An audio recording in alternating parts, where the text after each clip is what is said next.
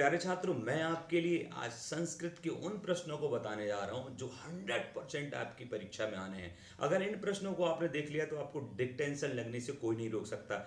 इस वीडियो में प्रश्नोत्तर के साथ साथ खालिस्तान, इसके बाद किसने किससे कहा, प्रश्न निर्माण, सारी बातें, श्लोक याद करवाना, ये सारी बातें मैंने इस वीडियो में शामिल की हैं।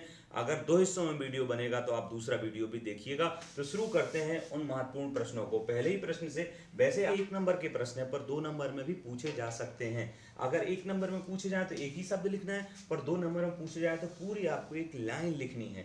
शुरू करते हैं। कुत्सित यानी बेकार, निंदित, जिसकी बुराई की जाती है। तो कुत्सित वस्तु से मिश्रित क्या है? क्या है भाई? वो भक्षम यानी भोजनम। अगर आपको भक्षम लिखने में समस्या है तो आप लिखिए भोजनम, ये लिखा भोजनम, ठीक है। और अगर 2 नंबर में पूछा जाएगा तो आप लिखेंगे कुत्सित वस्तु मिश्रितम भोजनम या फिर भक्ष्यम, और अंत में लिखेंगे यहाँ पर फिर अस्ति, और पूर्ण विराम लगाना नहीं भूलना है, ठीक है। अब दूसरा प्रश्न, अनिसम महानगर मध्य किम प्रचलति। अनिसम यानी पूरे दिन रात महानगरों में सप्तमी विभक्ति क्या चलता है? प्रचलति यानी क्या चलता है? तो कालयश्च चक्रम चलते हैं, वाहन चलते हैं। तो 1 नंबर पूछा जाए तो ये लिखना है, पर अगर 2 नंबर में आए तो अनिसम महानगर मध्य कालयश्च चक्रम प्रचलति। अगला प्रश्न देखते हैं, अस्मयी आम कस्मयी जीवनम कामये। कवि के प्रश्न है ये। तो बोलता है कि मैं किसके लिए जीवन की कामना करता हूं? तो मानवाय यानी मानव के लिए। पूरा पूछा जाए तो कस्मयी की जगह मानवाय लिख के यहाँ पूर्ण विराम लगाना है। अगला प्रश्न, भामनी कुत्र और कया विमुक्ता। तो पहले तो ये देखना, कुत्र यानी कहाँ पर थी वो? तो गहन कानने यानी भयंकर जंगल में, ठीक है ना। और वो कया विमुक्ता कैसे छूट गई? तो निज बुद्धया यानी अपनी बुद्धि से। भामनी गहन कानने यानी भयंकर वन में, निज बुद्धया यानी स्वयं की बुद्धि से, इसमें तृतीय विभक्ति बुद्धि से, ठीक है। अगला प्रश्न, सर्वदा सर्व कार्येषु का बलवती। प्रश्न बन सकता है तो बुद्धि। अगर 2 नंबर में आए तो सर्वदा सर्व कार्येषु बुद्धि ही बलवती, इसका को हटा के यहाँ पूर्ण विराम। कुशलवी कम उपसक्त प्रणमतः। कुशलवी नहीं, कुशलवौ है। तो कुशलवौ कम किसके पास जाकर के? तो रामम, ठीक है। रामम यहाँ लिखिए, यहाँ पूर्ण विराम लगा दीजिए। अगला प्रश्न है, उपसर्ग यानी समीप जाकर के। वयोनुरोधात यानी वया यानी आयु के कारण से, आयु के अनुरोध से, कह लालनीय, कौन जो है लालनीय होता है यानी प्रेम करने के लिए लायक होता है। वैसे प्रेम करने के लिए तो पूरी दुनिया है, पर एक आयु होती है, उस आयु में हमारा मन उनके प्रति ललचाता है कि इनको हम खिला लें। वो होते हैं बच्चे, जिनको बोलते हैं शिशु।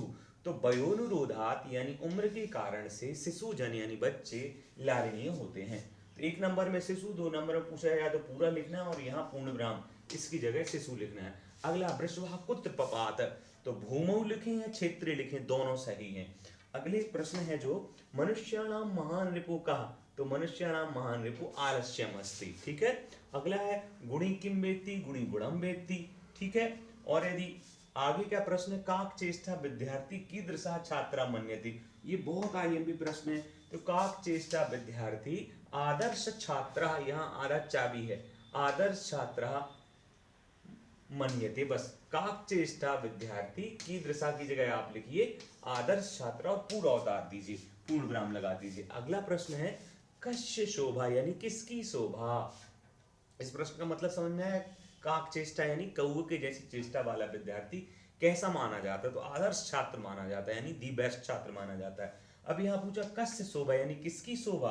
एकेन राजहंसेन भवति यानी एक राजहंस से होती है। तो सरोवरस्य, सप्तमी विभक्ति नहीं, षष्ठी विभक्ति इसमें है ना। जिस विभक्ति में प्रश्न पूछा है उसी विभक्ति में आंसर देना, कश्चित और सरोवरस्य, पूरा उतार दीजिए। अगला प्रश्न है, कह पिपासितः म्रियते। तो चातकः पिपासितः म्रियते, ऐसा लिखना है। अब आपको 2 नंबर, ये सबसे महत्वपूर्ण प्रश्न है। इसमें मैंने आपको पिछले वर्ष का भी पेपर देखा है, जो पिछले वर्ष प्रश्न आते हैं लगभग वो इस वर्ष आने के चांसेस कम रहते हैं। तो ये प्रश्न जैसे पिछले वर्ष आया था, कवि के मर्थम प्रकृति शरणमस्ति, तो अत्र धरातले जीवितम दुर्भम जातम अतः कवि प्रकृति शरणमिच्छति, ये पिछले वर्ष आया था, इसलिए मैं इसको समझा नहीं रहा हूं। अगला है, अस्माकं पर्यावरणे किम किम दूषितम अस्ति। ये प्रश्न है, बताओ भाई।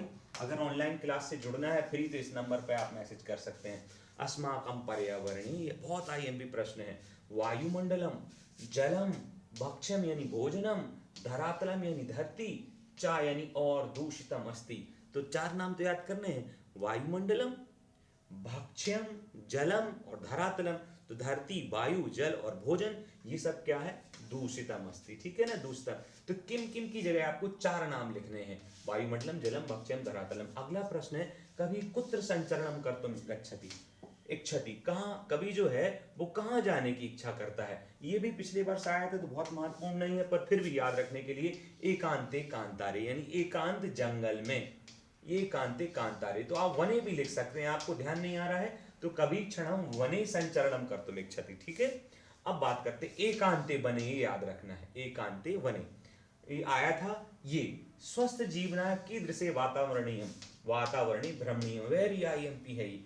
देखते हैं इसको, स्वस्थ जीवने यानी स्वस्थ जीवनाय, मैंने यहाँ ये गलत लिखा है, आंसर लिखेंगे तो स्वस्थ जीवनाय ऐसा लिखेंगे, स्वस्थ जीवनाय कीदृशे की जगह लिख दीजिए स्वच्छ वातावरणी, बस इसकी जगह स्वस्थ वातावरण लिखिए, और भ्रमणीयम जो कहते हो, तो स्वस्थ जीवनाय स्वच्छ वातावरणी भ्रमणीयम, ये थोड़ा सा मिस्टेकन है। अगला प्रश्न देखते हैं, लोकोय महतो भयात कहा मुच्यते, बहुत महत्वपूर्ण प्रश्न है। लोक यानी संसार में भयंकर भय से कौन छूट जाता है, ये जो बुद्धिर्बलवती सदा उसका है, जैसे वो बुद्धि के बल से भयंकर भय से जंगल में छूट जाती है ना, बच जाती, वही। तो लोके महतो भयात यानी लोक में महान भय से यानी भयंकर भय से बुद्धिमान मुच्यते, बुद्धिमान यानी बुद्धिमान व्यक्ति, मुच्यते छूट जाता है। अब आप कहेंगे सर वो तो स्त्री थी, यहाँ पर नॉर्मल पूछा कि कौन छूट जाता है, कोई भी व्यक्ति वो बुद्धि के बल से छूट जाता है, तो आपको बुद्धिमान ही लिखना है, आधा ना है, ध्यान रखना। लोके महतो भयात बुद्धिमान मुच्यते, आधा ना। अगला प्रश्न है, बुद्धिमति केन उपेता, ये भी पिछले वर्ष आया था, तो पुत्र द्वेन उपेता। अगला है कुश लवयो वंशस्य कर्ता का, जो कुश और लव 2 भाई थे, राम के पुत्र थे, ये पूछा उनके वंश का कर्ता क्या है। तो आप सब जानते हैं सूर्य वंश कहते हैं रघुकुल को, यानी रामचंद्र जी के वंश को सूर्य कुल के कहते हैं, तो क्योंकि उनके वंश के कर्ता सूर्य थे। सूर्य को पुस्तक में लिखा है सहस्र दीधीति, सहस्र यानी 1000 और दीधीति यानी किरणें, समझ लो, तो 1000 किरणों वाला कौन होता है, सूर्य। तो कुश लवयो वंशस्य कर्ता, ये प्रश्न में ही दिया है, भगवान सहस्र दीधीति, दा में बड़ी की मात्रा, धा और टी में दोनों में छोटी छोटी, तो सहस्र दीधीति, भगवान सहस्र दीधीति, और आप सूर्य लिख दें अगर आपको इसकी याद नहीं रहती है तो, ठीक है। अगला प्रश्न है, बाल भावात हिमकरः कुत्र विराजते, तो बाल भावात हिमकरः, ये भी महत्वपूर्ण प्रश्न है। हिमकरः यानी चंद्रमा छोटा होता है, इस कारण से वो कहाँ विराजमान होता है, तो कुत्र विराजते, तो बोले पशुपति मस्तके, यानी पशुपति जानते हैं शंकर जी, और उनके मस्तक पर, शंकर जी के सिर पे होता है ना चंद्रमा, तो पशुपति के मस्तक पर विराजते, ये लिख दीजिए। अगर और अच्छे से लिखना है तो केतकच्छदत्वम, जैसे केतकी का फूल होता है वैसे ही, जैसे वो सिर पे लगाया जाता है वैसे ही बाल भावात हिमकर जो है पशुपति मस्तके केतकच्छदत्वम यानी केतकी के जैसे विराजते, शोभा होता है या वहां पर लगा होता है। तो आप पशुपति मस्तके ये लिखना है, ये जरूरी नहीं है लिखना। अगला प्रश्न है, रामाय यानी राम के लिए कुश लवयो कंठाश्लेषस्य स्पर्शा, राम के लिए कुश लवयो यानी कुश और लव का कंठ आश्लेषस्य जो गले लगाया, कंठ आश्लेषस्य स्पर्शा कीदृशा आसीत्, जैसे उन्होंने गले लगाया तो उनके लिए उनका स्पर्श कैसा था। तो रामाय कुशलवयो कंठाश्लेषस्य, तो प्रश्न में ही दिया है स्पर्शा तक, ये शब्द याद करना है। हृदय ग्राही, उनका जो स्पर्श था वो कैसा था, हृदय ग्राही, हृदय को ग्रहण मतलब हृदय को प्रसन्न करने वाला, तो इसका आंसर हो जाएगा हृदय ग्राही। अगला प्रश्न है, कृष्का किम करोति, इसमें ये पिछले वर्ष में आ गया था तो मैं इसको डिस्कस नहीं करूंगा। अगला मातु अधिकी कृपा कस्मिन भवति, मातु अधिकी, मातु में षष्ठी विभक्ति है, तो माता की अधिका कृपा किस में होती है, सप्तमी है, तो किस में होती है, पुत्र में होती है। पर कैसे पुत्र में, 2 पुत्र हैं तो जो पुत्र दुर्बल है, कमजोर है, उसमें होती है। तो मातु अधिका कृपा दुर्बले सुते, ये जुड़े हुए लिखेंगे तो दुर्बल सुते लिख देंगे, अलग लिखेंगे तो दुर्बले सुते भवति, तो मातु अधिका कृपा दुर्बले सुते भवति। क्योंकि ये वीडियो ही बहुत लंबा हो गया है तो आगे के प्रश्न में अगले वीडियो में आपको बताऊंगा, इंतजार कर।